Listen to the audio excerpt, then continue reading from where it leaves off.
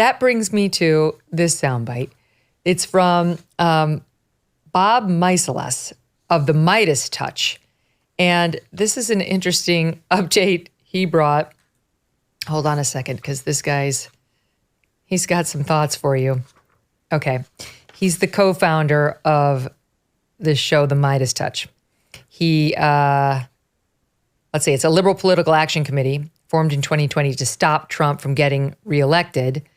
The guy's also a partner at Garagos and Garagos, so he knows our pal Mark well. And he's also business partners with Colin Kaepernick and works across all of Kaepernick's ventures as well as his nonprofit. So that's the guy you're about to hear, Ben, who's got some thoughts, some hot breaking news that you guys should hear firsthand. Take a listen. And I'm hearing from credible sources who know what's going on in the courtroom. And what I'm hearing is that, take it for what it's worth, but that Donald Trump is actually farting in the courtroom and that it's very stinky around him. It's a putrid odor in the courtroom, and that Trump's lawyers are like repulsed by the scent and the smell. I'm hearing it from actual credible people that as he's kind of falling asleep, he is actually passing gas, and that his lawyers are really struggling with the smell. I think you'll actually start to hear more of that. I mean, they're hot on the trail of the flatulence. They could see it coming. They sensed it coming from a mile away. And Emily, this is like the breaking news from the courtroom that Trump is allegedly passing gas and his own lawyers can't stand it. Eliana likes it. I was going to say, I wish you would have asked Eliana that. We would be really happy about this situation. And this is, you know what? Great happenings in there. Yeah, exactly right. It's like, well, how do we know? Like, how do we know it was Trump? How do we know it wasn't the lawyer sitting next to him? Can you locate the source of the gas exactly?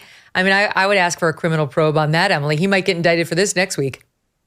Yeah, well, don't put it past them and don't give them ideas because they're going after this case. So who knows what they'll do next. But, saying that he wouldn't be surprised if the media starts talking about this more. I mean, I guess he's probably right about that because the media is already reporting on the yawns. They're reporting on the nodding. I mean, it's just, of course, though, if they can find a credible way by their low standards to get this into print, they will. They definitely will. Truly, Eliana, they're on the scent. They're on the scent of something big, possible flatulence in the courtroom. I mean, it's weird how, I don't know. You tell me if Trump were sitting across from E. Jean Carroll and she let one go. Do you think the media would be updating and reporting on that? Or is it just Trump gas that makes national headlines? I'm curious. I wonder. No, I actually know the answer. It's just, it's a farce. It's a different kind of FAR. It's a farce. Look, I think it goes to the sort of bigger issue here, which is that voters don't really like Trump. They don't really like Biden. And the candidate in the general election that's hurt is the one that's in the headlines. And the fact that Trump has these legal cases against him and is sitting in a courtroom, it gives the media a very easy excuse to keep Trump in the headlines every single day. And this is the sort of news that we're going to hear about him. And this is the real reason I think a lot of these trials are damaging for him. It keeps him at the center of the news when the headlines we should really be seeing are Trump out campaigning and prosecuting the case against Biden. And instead, we're hearing about, his odors from the courtroom. Not to mention, Biden fails to say anything about the rampant anti-Semitism on college campuses coast to coast. That we're not talking about that. We're talking about possible Trump gas, which again remains unproven. Whoever smelt it, dealt it. That remains the default rule, both in court and out of court. Sorry, Ben, but that's just the way it is. As we approach another critical election, many Americans are concerned.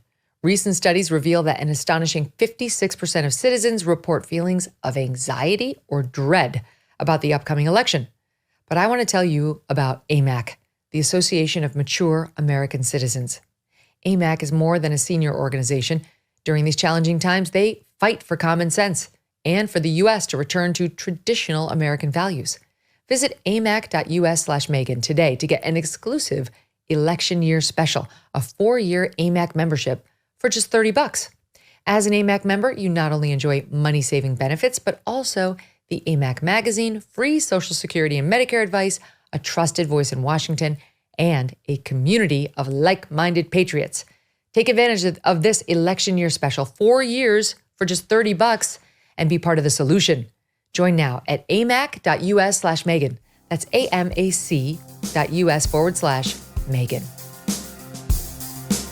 Hey, thanks so much for watching. If you like what you just saw, hit the subscribe button for more clips and full episodes.